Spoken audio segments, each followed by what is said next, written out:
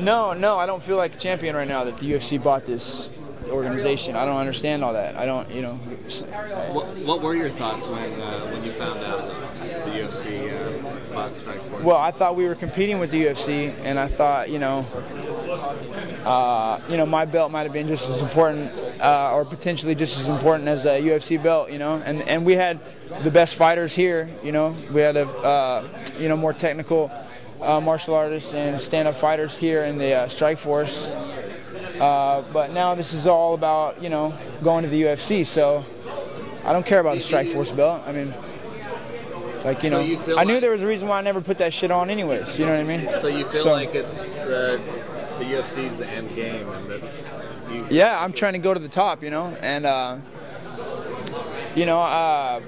if Jake Shields ends up #1 ranked fighter in the world, then I want to beat #2.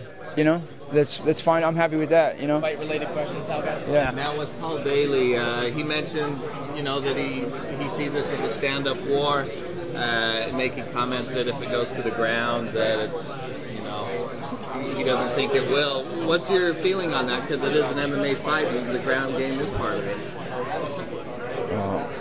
He might knock me down, and we might end up on the ground. No, I don't know.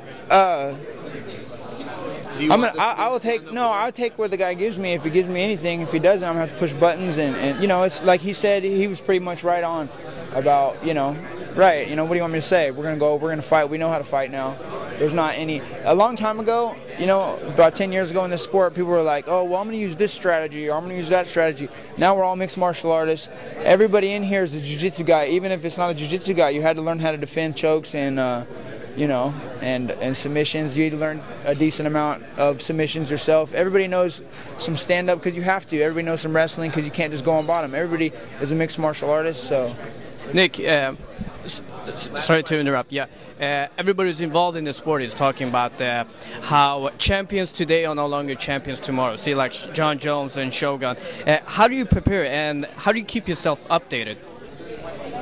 I don't know. I don't even know what's going on, man. They fight me too much. I've fought way too much, overtrained, overworked, underpaid for this, you know, and I'm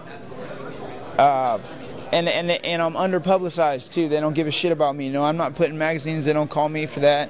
Nobody wants to come to Stockton, Northern California, anyways, and I'm not gonna go and waste training time flying places, doing seminars and photo shoots and things like that, you know. So they just leave me out there to train, and I think that's what's happened. You know, I've been out there training like a savage, you know, in a dark place where nobody can see. You know what I mean? Nobody knows to go there. Nobody, you know.